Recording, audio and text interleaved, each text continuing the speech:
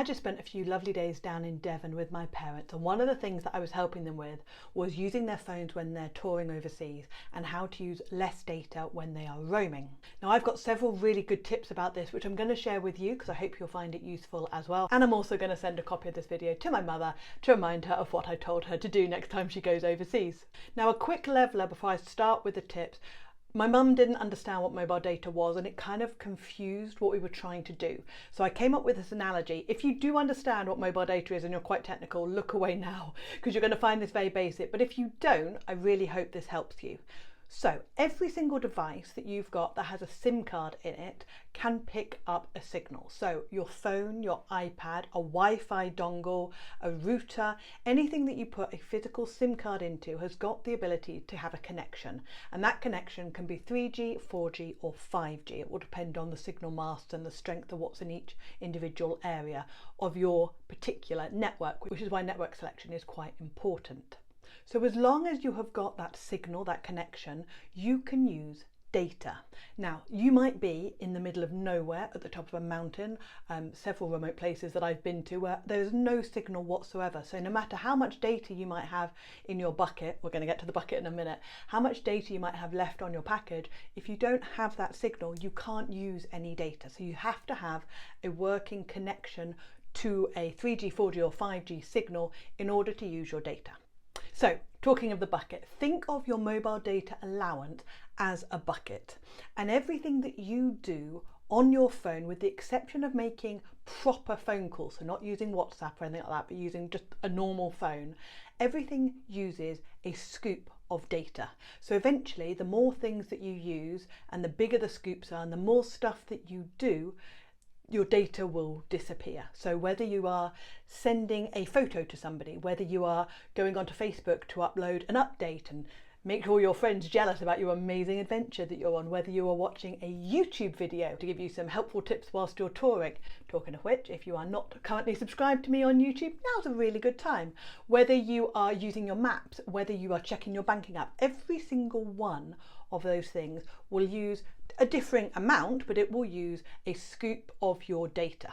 So you can see after a day, 2 days, depending on how much data you use, that bucket will disappear quite quickly. Now, the size of the bucket is dependent on your network provider's package. So if you are with, say for example, I'm with Vodafone, I have unlimited data in the UK, which means I can use as much as I like, as long as I've got a signal and I don't have to worry about it at all. So I can stream my music, I can watch the F1, I can watch YouTube videos, I can do all these things that use a lot of data in the UK and I don't even have to worry about it. I have all my apps on, I have background app refresh on, don't worry if you don't understand that, we'll get to that. But I don't think about it at all. When I am touring or roaming overseas and I'm using a different provider that's affiliated with Vodafone but isn't my UK Vodafone connection, I have 25 gig a month. So that is my bucket, 25 gig for the month whilst I'm overseas. And if I used it in the same way that I do in the UK, it would disappear within about 2 days. So I have to be clever on how I use that data, things I turn on, things I turn off, and so that that 25 gig lasts as long as possible. And when that bucket is empty, you've got two choices. You can either not use your phone, no, you can still use it to make phone calls, but you won't be able to do anything else with it at all. Or you can pay for more data, which is fairly expensive, which will then top your bucket back up again. So you have to be clever with it, and I'm going to share with you 5 tips to make your data stretch further when you're overseas. Now, I'm actually filming on my phone right now and I want to be able to show you what I do on my phone so you can follow along. So I'm going to change my camera and meet you back on my laptop so I can actually share my phone and you can see what I'm doing and how it can be helpful to you. Right, hello, here we are on my laptop. Not quite as good a camera, I'm sorry, but I still hope you find this very useful. So let me just pull up my phone. There we go. Right, so that is my phone. There is a little picture of me and Mac, and that is now recording what I'm doing on the phone. So here we go. So what you're going to do first of all is go into your settings, and then if you don't have an iPhone, by the way, if you have an Android, it will work similar to this. Obviously I've got an iPhone, and I've got an iPhone 14 Pro. So if you have a slightly older version of an iPhone, it might look slightly differently, but the basic will be the same. Hopefully this will be enough for you to follow along. So then you're going to go into your mobile service, or it might be called mobile data in an older one, and you'll be able to see your mobile data. So I've actually got two lines on here. I've got my cat mobile, my personal mobile, and then I've also got my business line as well. So when you scroll down, you will be able to see all the different apps that are on your phone. Now, green means that they are on and they are able to use mobile data. So when I'm touring, I turn off. Now, annoyingly, there used to be a button where you could turn everything off and then just turn on the few that you wanted. That appears to have disappeared. So now you've got to turn everything off. So I will turn off all of these things. I do use AccuWeather when I'm touring, but for now I'm going to turn it off. And what I will probably do is turn it on when I want it and then turn it off again. ACSI campsites, again, I use that when I'm touring, but I will turn it off and then turn it on again when I need it. So all of these come off. Now, banks are really good ones. So Amex or any bank, again, I'll turn it off and then I'll turn it on for the 30 seconds or whatever that I need to do something on it. Let's get rid of, here you go. You can see all the crazy, I still got Atlantic Way on there from the other year. Ooh. See, Aurora forecast, I probably won't leave all three of those on, but I definitely want an alert when I'm up in Norway to tell me about when there's an aurora. So I will probably look at which ones work best in Norway, and then I'll leave that one on and turn all the other ones off. Yeah, so basically, you get the idea. I'm not going to go through every single thing on that. We're already on B. I have a lot of apps on my phone.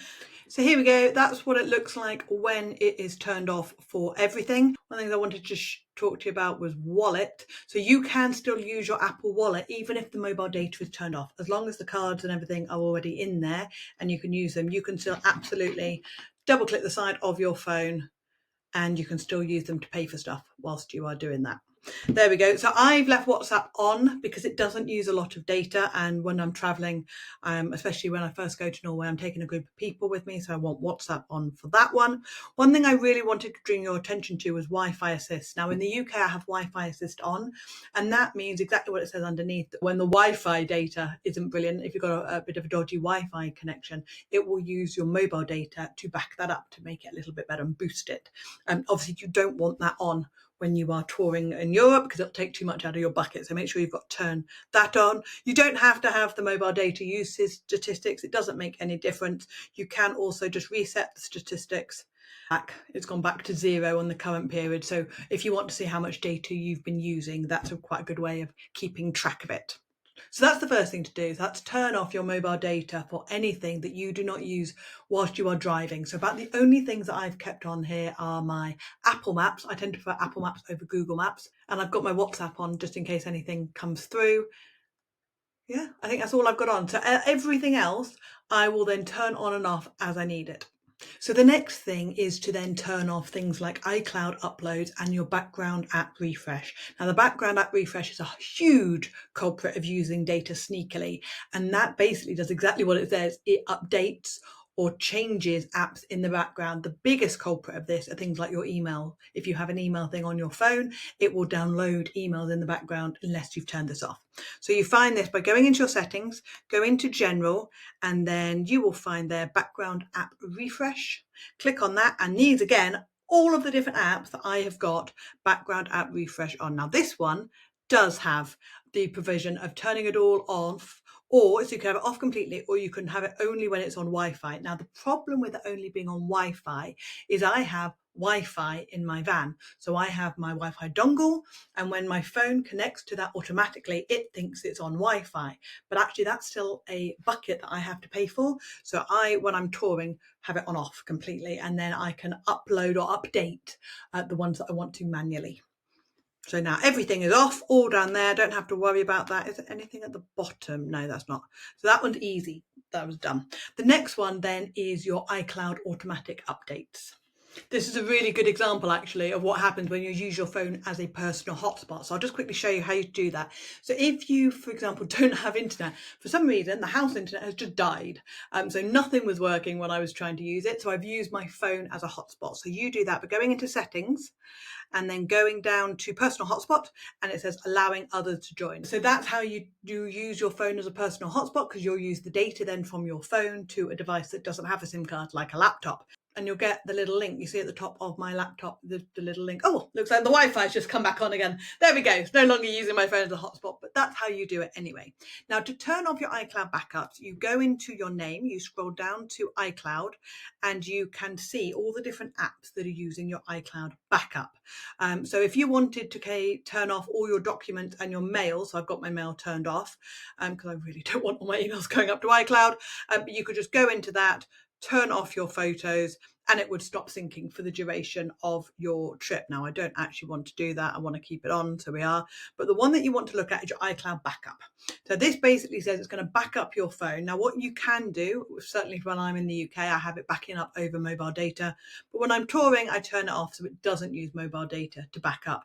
I still have it on because if I did ever lose my phone, I don't want to lose all of the photos that I've taken on the trip up to that point.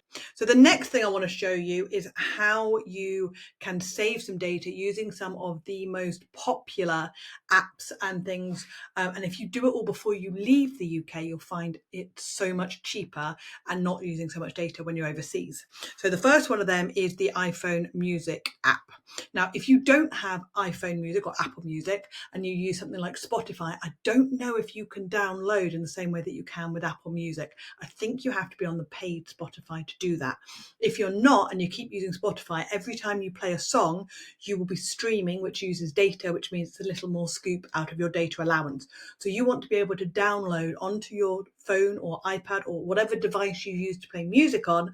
You want to be able to download as many songs as possible so you don't have to stream, especially if you've got teenagers. This is really important. Jade used to use up all of our data because she not only would stream her songs, but she'd stream them on the music video on YouTube. And it drove us insane because even when we asked her not to, she'd turn on her mobile data because she just wanted to listen to one song on repeat 7,000 times, and it used up all the data. So here's how you stop that. So if you go into your library, make a playlist, and then go into, so I've just made one here, best road trip songs. Now you can see on that top tick there that is downloaded. So if you wanted to, let me say here, so if you remove download, on this first one here, you see how the little arrow disappeared? The little arrow means that it's been downloaded to the device, and you'll see the tick in that top right hand corner on the phone has disappeared. That means that there are songs in your playlist that can still be downloaded. So what you do is you press that little download arrow, and it downloads the songs to your phone. So that means I can play this entire playlist as many times as I like whilst traveling around Europe, and it won't use any of my data at all because the songs are already on the phone. If you are touring and it was an album that came out, for example, and you wanted to download it, you can just wait until you're on Wi-Fi, download it to your phone, and then you can play it, and that's not using any data at all.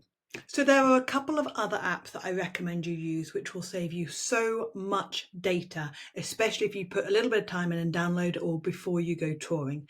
Now, the first of these is an app that I use all the time, and it is called Readly. And it's exactly what it says on the tin. It allows you to download any magazines, newspapers, things that you read, and you will have access to. Now, the best thing about Readly, who kindly offered to sponsor this video for me, the best thing about them is that you do not need an individual subscription to every single magazine or newspaper because they can get really pricey. With Readly, it's one monthly payment and you can get access to all sorts of different magazines and then articles that they publish as well. So if you go into the Explore tab, you can see the newspapers. So if you want to get your newspapers, now again, if you subscribe to Readly, even when you're traveling overseas, you can download your daily Star or Metro or whatever you want to once you've got Wi-Fi, so you're not using your data, but you can still get the local papers, which I find really, really helpful. But if you want to go back and let's say you want to read your local gardening magazine. If you want to click on, say, BBC Gardener's World, and then they show you all the latest issues, and you've got a huge amount of back catalogues that you can download as well, all part of your subscription. And then you click on the 3 dots for however many editions that you want to download, and you just click download. It's so simple. And then that, once it's downloaded, is on your device. So then when you are touring, if you just go then into your library, you can go to, oh, sorry, you've got to go into download. So those are my favorites. Go into your download, go into the Gardener's World one that we have just downloaded, and you can read it. It's all there. I won't go all the way through because that seems a bit unfair to anybody who pays for the app for other people to read it, but it's there and you can just flick through and it's brilliant. I use it for all of my favourite magazines and they're pretty much all on Readly. You can also then save articles if you feel like saving articles. You can see things that you've recently read. You can bookmark if you bookmark any magazines. I think that might have been one that I had an article in, so I bookmarked that one. It's also got puzzles if you want to read them. And then anything that you might have hidden. So for whatever reason, perhaps if you've got kids that use the app, you don't want them to see certain magazines. But you can just explore this huge range of magazines. And like I say, it's one subscription and you can get all of these.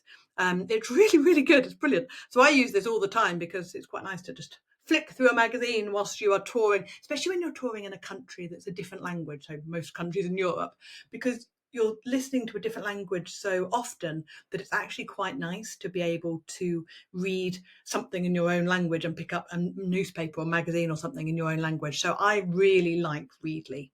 So a couple more apps that I recommend you do this with. The first one is YouTube. So obviously if you go into your YouTube app, and then if you go into your favourite accounts, which you obviously are all following me, I'm sure. Hint, hint. But if you wanted to download a video, you click on the 3 dots next to it and you click download video.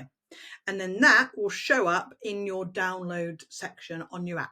You can also do this on your laptop as well. So you can connect to your Wi-Fi at home or whatever, download however many videos you want to download before you go. And then you've got them all to watch when you're away and you're not using your mobile data.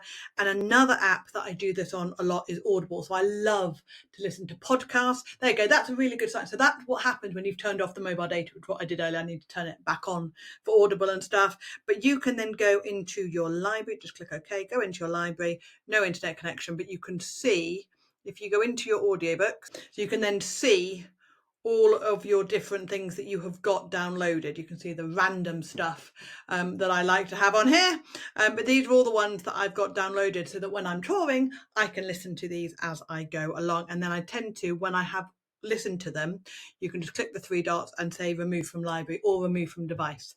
So once you're on, then you're then clearing up more space on your phone. Oh, actually, I forgot about talking of things, podcasts.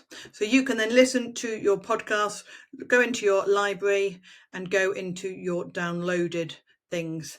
I listen to a lot of business stuff, as you can see, but whatever you want to listen to or whatever as you are touring along, then that's what I would do. And you put it all in your downloads and then you can just listen to those whilst you're traveling.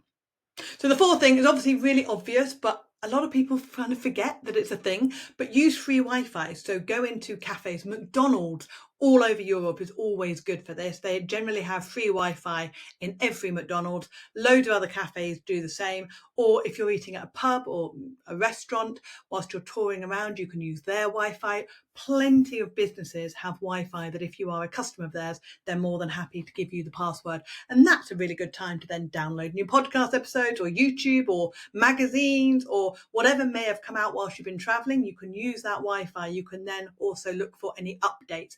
And this brings me on to number 5, or one of the most important points is make sure you have downloaded and updated as many things as you possibly can before you go. So first one of these to check is go into your settings, go into your general, go into software update. I've got automatic updates on. Make sure first of all your iOS is up to date, but you might also want to turn off your automatic iOS updates once you're touring and traveling around. Then what you want to go do is go into your app store and it will show you all of your apps. Now, if you are tight on time, I recommend you just go through and update the ones that you really need. So if you're not fussed about that, just update them all and it'll update overnight or whatever. Also do the same thing on your laptop, with your drone, with your TomTom or SatNav. I had to update mine the other day, a new update came out. And then the last thing that you can do to save yourself some data is when you go onto your maps, so let's say you wanted to go into Amsterdam, you can see there that it says download. So I could then download the Amsterdam area onto my phone, which makes it a lot less data heavy once I'm actually touring around Amsterdam. If I do Tromsø, you can download to Tromsø and you can download.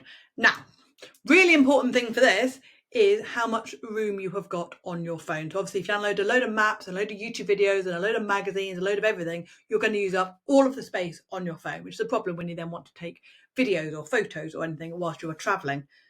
No, because my Wi-Fi appears not to be working.